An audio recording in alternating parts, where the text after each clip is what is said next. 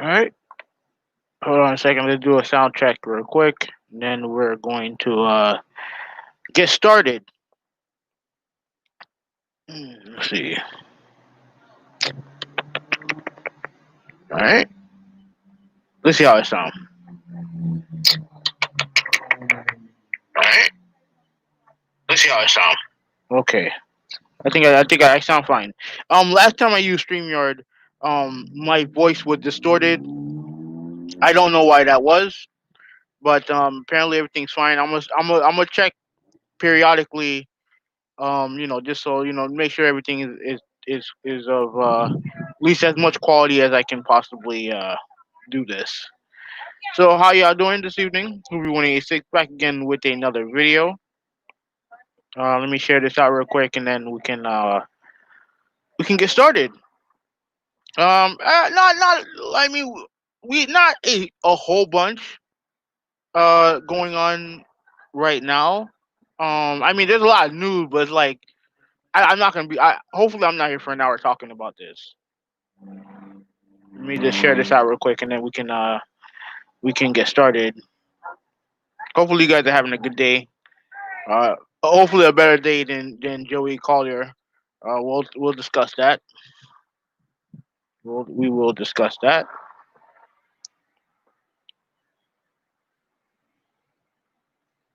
Hold on a second. I'm almost done here. Phone's acting stupid. And then we're also going to be talking about game pricing in general, because as someone who's lived through both the Super Nintendo era of games and the PlayStation One and the PlayStation One slash N64 era of gaming, I have a I feel like I should comment on this. Okay, no, okay, all right, we're good. All right, so thing is shared. All right, so like I said, how y'all doing? Who 186 back again with another live stream. Been a little minute. I mean, I've been been gaming, working. The whole shebang bang, trying to avoid COVID. As much as I can. You know what I mean? So I'm just chilling. I'm just chilling out, relaxing. And I figured, I talk about this because this is something that I'm a big fan of fighting games, and lately I've been a big fan of watching watching tournaments and stuff like that of professional fighting game players. So this news is just disappointing on so many levels. Now, before I start, let me address something real quick, right? Um, I am I'm still, I think I'm halfway done with the first Last of Us game. Once I'm done with the first Last of Us, I'm gonna play Last of Us 2. Now I've been trying to avoid spoilers. Some people have ruined it for me, but I don't know everything that happens. So I'm literally trying to avoid spoilers as much as I can. It's very tough, but like I said, I'm gonna get the game after I'm done with the first one. So I'm halfway done. Hopefully, I pick a day and kind of knock it out. But I've been playing a lot of MLB The Show, so that's kind of taking over my life so right now. So I'm trying to do that. So okay, let's talk about Evo 2020. Right, let me do the screen share. Let me see if I can. Okay, there we go. All right.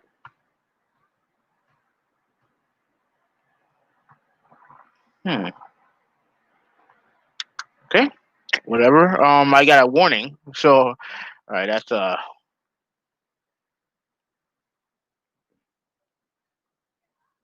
right. Yeah, that's fine. I'm trying to figure out.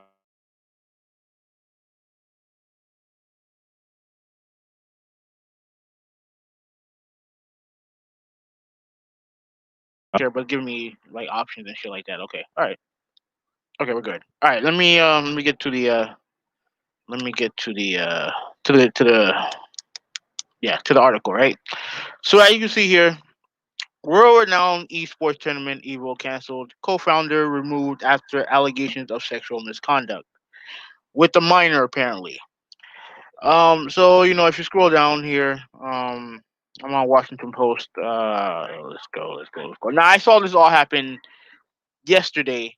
The first person I saw tweet about this was BG, and this was in regards to it was in regards to low tier god. Now I made a video a couple months ago talking about how low tier god in Gyroblast got got banned from Evo based on the the comments that LTG made to her and subsequently comments that Gyroblast made against African Americans, and the guy who kind of essentially put the final ban hammer on them was this guy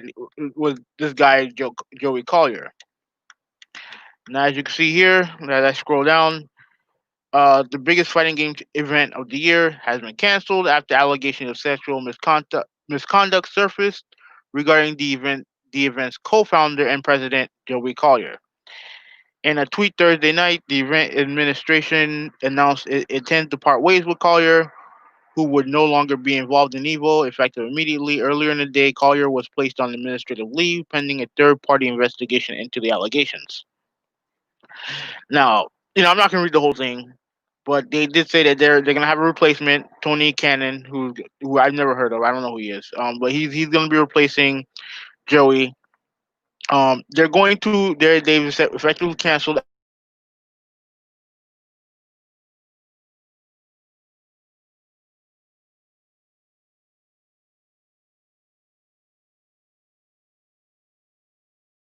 misconduct against their games, right? Capcom, and then I saw Banco Namkai say that they were done with Evo for this year, and then um and then NetherRealm, they did the same thing. They withdrew, and then I saw personalities like Sonic Fox decided not to go. Maximilian, I believe Maximilian was supposed to be doing commentary for Killer Instinct, and he decided to withdraw from there. So it was inevitable. Like Evo 2020, like it was going to be I think that it was going to be a dumpster fire anyway with the on with the event being online only, and with some of the shoddiness of some of the net codes in some of these fighting games, I figured it was going to be a shit show. But regardless, even with that, like I still wanted to watch the tournament. I still wanted to watch it, and it being canceled, it sucks. It sucks for me. It sucks for a lot of people. But at the end of the day, you know, when companies decide to make the decision to cancel, like that's just how it is. Let me do a sound check real quick. Hold on a second. To cancel, like okay. That just Okay, good. We're good. We're good. So yeah, so they decided to cancel. Like I said, I'm disappointed, but after you see all the names going on saying that they're done with Evo for this year, it doesn't really surprise me, right? It really doesn't surprise me. Now, I saw a tweet from LTG saying that he and sorry about that. I'm outside right now. Um, I did see a tweet from LTG saying that he and Carol Black should not be banned anymore.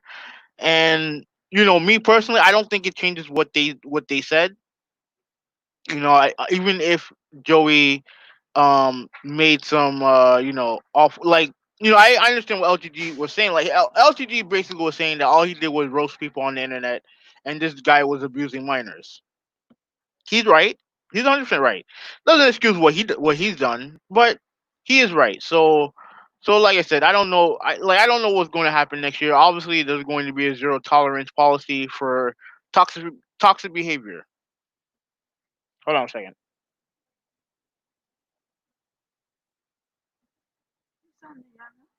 Hmm? Friday.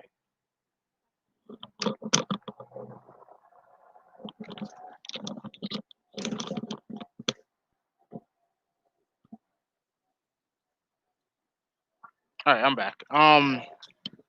So yeah, so it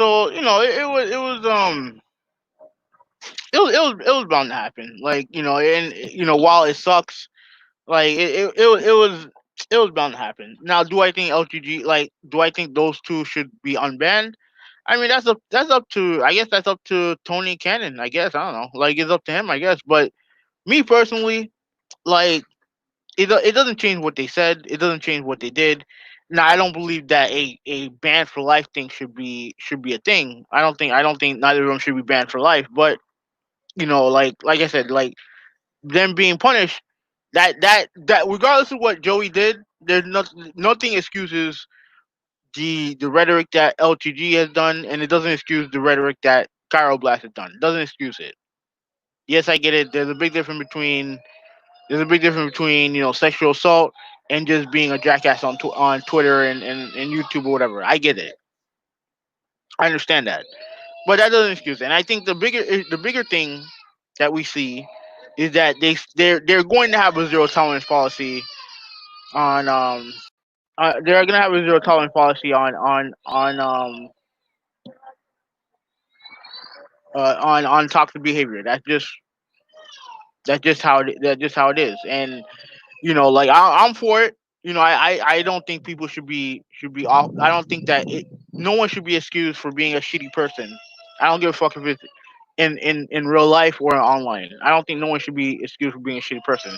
There's a difference between I think trash talking, because I do think that has a place I do think that has a place in competition. I get it, but there's a big difference between that and the bullshit that was said and that was said in the past from content creators. Like there's a difference. So you are going to see that. And one more thing before I move on to the game pricing thing.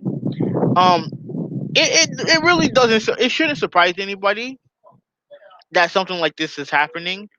All and you look at it going on, and obviously this started in Hollywood a couple of years ago with the Harvey Weinstein stuff, and pretty much Hollywood in general. It doesn't surprise me there. And a lot of this Me Too stuff, or really started it up again in the gaming industry in general. I guess in the wrestling community has been happening there. And the one thing that I think people don't tend to don't not realize is that when people are in power, or people have this sense of importance that either other that they lend onto themselves, or other people lend to them. It corrupts people. Power corrupts people. That's a fact. It corrupts people severely. And you see it all over the gaming industry. It doesn't surprise me that it happened in the gaming industry. It doesn't happen that it happens in the wrestling industry. It doesn't surprise me that it happens in the wrestling industry.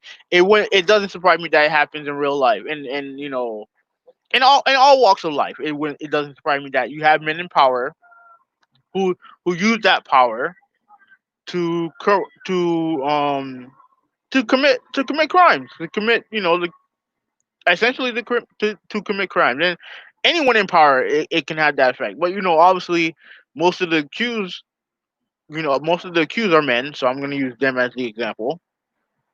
Now, do I think some of these people are lying? Some of the accusers are lying. There's always a chance that it's happening, that it could happen. But when you have a situation like for example, I'll throw an example out there, Bill Cosby, right? A lot of people, a lot of my friends thought that he was innocent because the crimes happened long time ago. And they were like, oh, how come the victim didn't tell a police officer this, or whatever, right? And I think the reason why I think that guys like him, like guys like Bill Cosby, people or men in power or whatever, get away with it is because of their status. What are most people going to do? They're gonna start victim blaming, right? When if someone tells you, "Oh, I got raped," and your first response is, "What were you wearing?" You are part of the problem. You know what I mean? Like then that is when people. That's why I think that's why so many people are so afraid to come forward, is because one, obviously it's an event that traumatized them, and two, like there's a chance that people are not going to believe them, that people are not going to give them the benefit of the doubt. Now, do I think that everyone should just jump to conclusion and be like, "Oh, this person guilty, this person guilty, yada yada"? No, no, I don't think so. I don't think we should go to that extreme. But in Bill Cosby's case, when you have so many women coming out, I have a hard time believing that you have like, well, I don't know how many women accused him, but let's say 20 plus, right? 20 plus women accuses the guy of doing the same thing. I have a hard time believing that those 20 women have some type of vendetta to to ruin Bill Cosby's career out of the blue. You know what I mean? Like, and to me, and let me go back to this situation right here with Joey. It does it surprise me? No, it doesn't surprise me. It absolutely don't surprise me that maybe like I know he made a statement saying that he was truly sorry, that he used this time to become a better person. It wouldn't surprise me if he used that time to become a better person. It would not surprise me if he simply forgot about it. It's this one time thing. Maybe he was shooting his shot. Maybe the fact that it was a minor is obviously a bad thing. Obviously it's a thing that because I don't know how old he is now, and I don't know how long ago this thing happened. But it wouldn't surprise me if this happened where he saw a young lady. He was wait, I think it was a young lady that accused him. He was shooting his shot. He thought that he was big shit or whatever. He might have said or done something that he shouldn't have, and boom, it is what it is.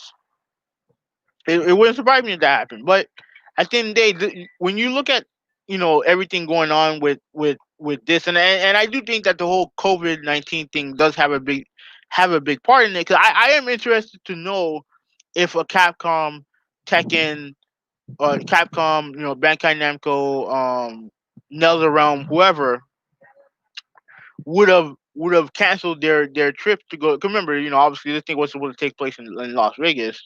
I wonder if they would have had the same stance on canceling their evil appearance based off of this allegation.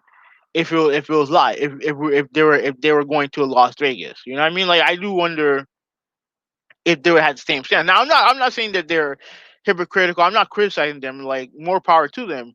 But I do wonder how much of this COVID-19 thing has to do with not only with companies kind of companies kind of taking a stand against toxic behavior with some content creators doing the same thing with the leagues and pro sports leagues, you know, kind of rallying behind the BLM movement. I do wonder how all of this would have happened if we didn't have the existence of the coronavirus. I do wonder if that I do wonder that sometimes. But anyway, off to this. Let me talk about game pricing real quick. Let me stop sharing. Let me go back to this. All right, so when yesterday also happened yesterday. They NBA 2K came out with their price scaling for the new 2K game and NBA 2K21. Now I have 2K20. 2K20 I like 2K. I do like the basketball games. I don't really participate in any of the free to win garbage. I simply just play season mode. That's about it. Um I think how much did I pay? I think I got the game for a good deal. I didn't pay full price, but I got it for a good deal. So I like the game. I do think the game is high quality. I don't look at 2K the same way I look at a Madden or a FIFA, right? Like I do think there's some quality to that game. But obviously I'm not gonna sit there and pretend that 2K is better than EA when it comes to their business practices because they're not. Because they're not. They're just as scummy. They're just as scumbags as EA when it comes to their sports games. And but the difference is that like I think Madden and FIFA are garbage games, and I don't think that way about 2K. But they're scummy companies, right? Now the thing that everyone else was getting mad about. It's the same thing that it's the thing that I don't really care about. Like, people are upset that that the next gen games are going to be $70.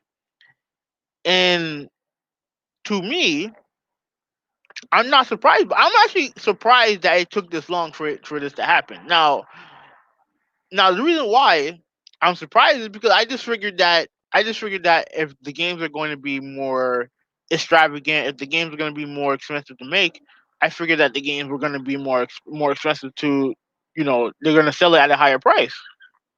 They held off on that, for the PS4 and Xbox One, and it seems like, and I mean seem, because this is the only game that I've seen that is doing this. Like, until, like, I don't want to go jump the gun over something that we only really know of one game doing this, and that's 2K.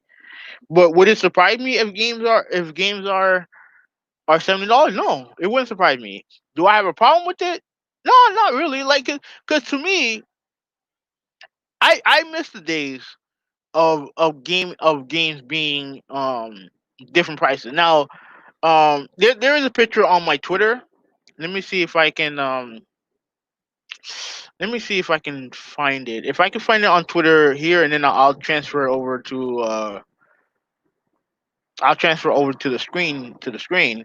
But back in the day, you know what? Oh fuck, I'm not going through all that. Okay. But shit. All right. You know what? I'm gonna look. Let me look. 'Cause I do want to I do want to make this. I do want to show it off on here. But, to me, like, back when I was younger, Super Nintendo games were mad expensive. Hmm. Games were expensive. Like, at least some games were expensive, right? There's some games you can get for 40. There's some games you can get for 50. They're even selling some games, like, depending on the place, obviously. But there are some games that were selling for like um for like $70, $80. I remember during the PS1 era, right? During the height of the Monday Night Wars, right? WWF, WCW, right? The gaming wars between the PlayStation 1 and 64. I remember going looking through a gaming catalog, right? And I see WCW NWO Revenge, right? One of the greatest wrestling games of all time. That game was $80 on the N64. Now, granted, the reason why it was so expensive was because the cartridge.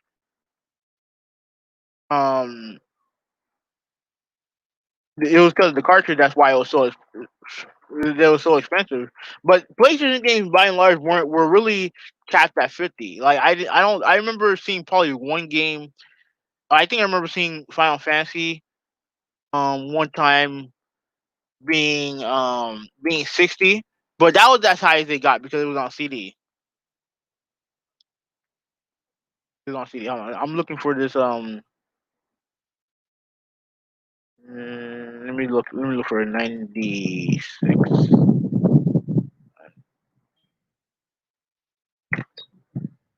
Let me see. Yeah, I want to look for a. I want to look for a gaming magazine picture from '96. Because it had a whole bunch of very different prices for their games. Let me see.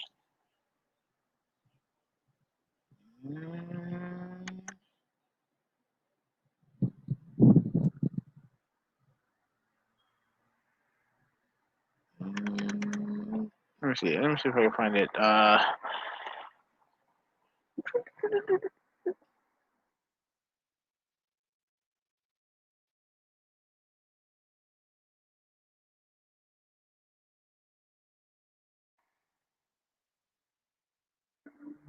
Let's see. Image. Yeah, I'm still looking. I remember seeing it on Twitter. Uh, yeah, I don't see it here. But yeah, but like yeah, back during that time, like there were games that were very varied in prices. When you look at like if you look at a Kmart magazine, a Target magazine, whatever, the games there were a lot there were like there were very different there were very different pricing.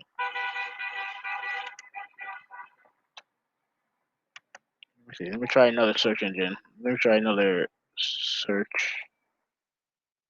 Oh,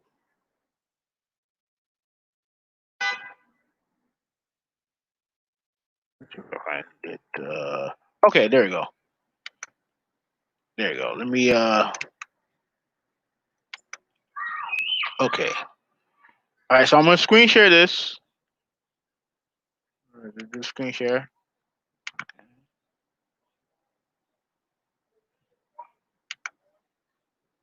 Just give me one moment. And yeah, give me one moment.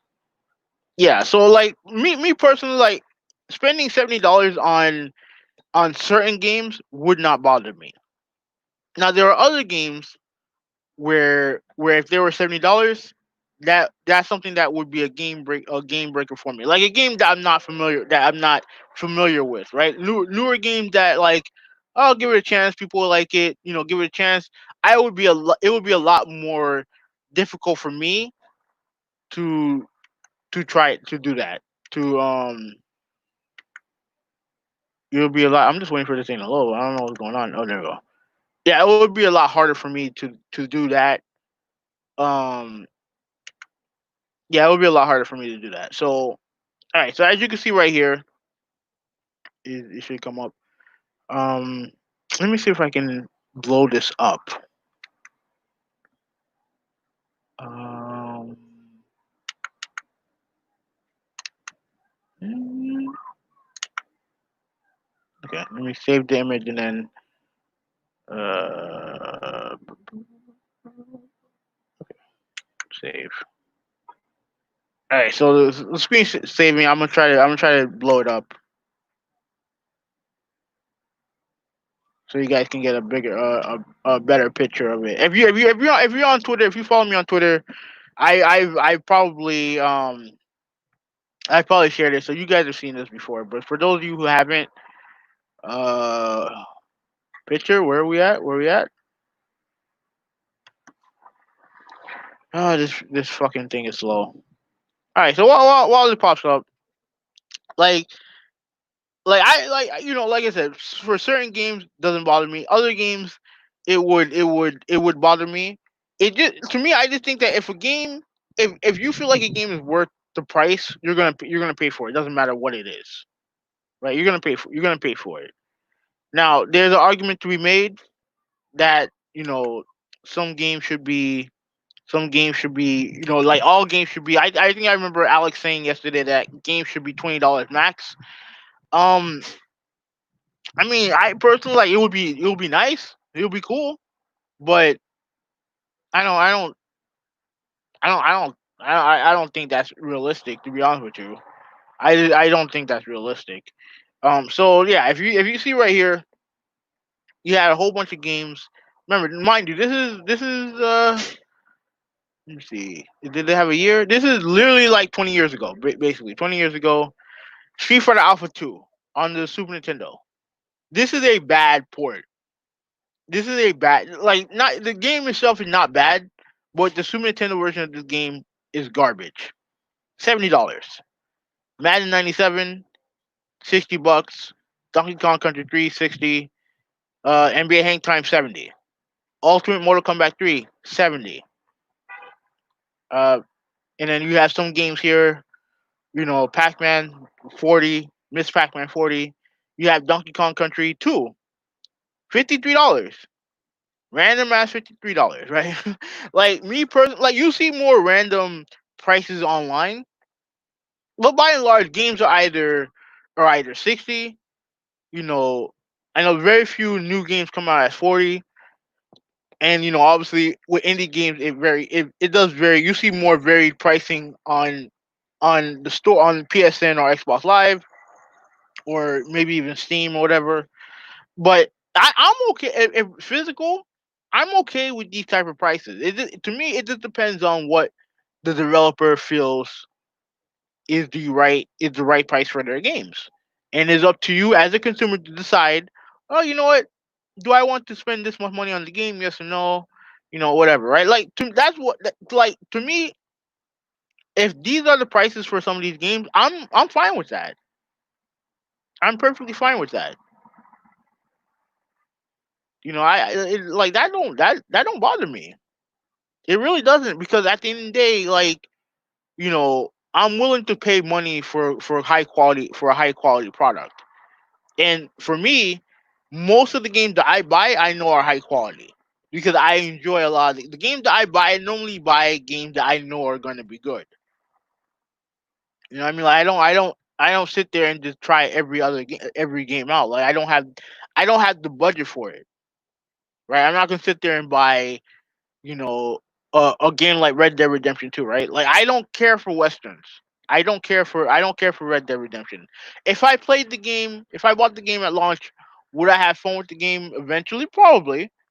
But like I said, I'm not into westerns. Based on some of the opinions I've heard from other people who I trust, there's some issues with the game that would annoy the shit out of me. So I don't buy it, and if I do buy it, I'll buy it for a cheap price.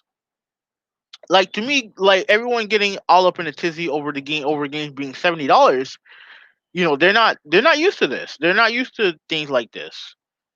You know what I mean? They're not used to like I this is what I grew up on. Now during the PS2, PS3 era, games were $50 for the most part, and then they increased by 10 during the PS3 360 era, and a lot of people thought that was a big deal. Now games going to $70, people, like I said, some people are gonna be upset with it.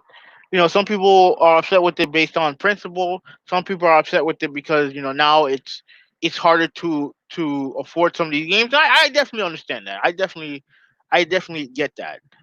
Me personally, it doesn't bother me. It really doesn't bother me. So like I said, if it like for me, like I'm used to this. This is what I'm used to. This is what I grew up on. So like I said, if the gaming industry would come up with more clever ways to put their pricing on some of their games, I think I'll be cool with that. Like if the next Madden game comes out, instead of being 60, it's 50. I think that would entice me even more to buy the game, even though like honestly, I would never buy a Madden game ever again. But it would entice me more to buy Madden new if it came out for a cheaper price than it normally does, like it normally does, And same thing for any game that I'm on the fence about. Like it would entice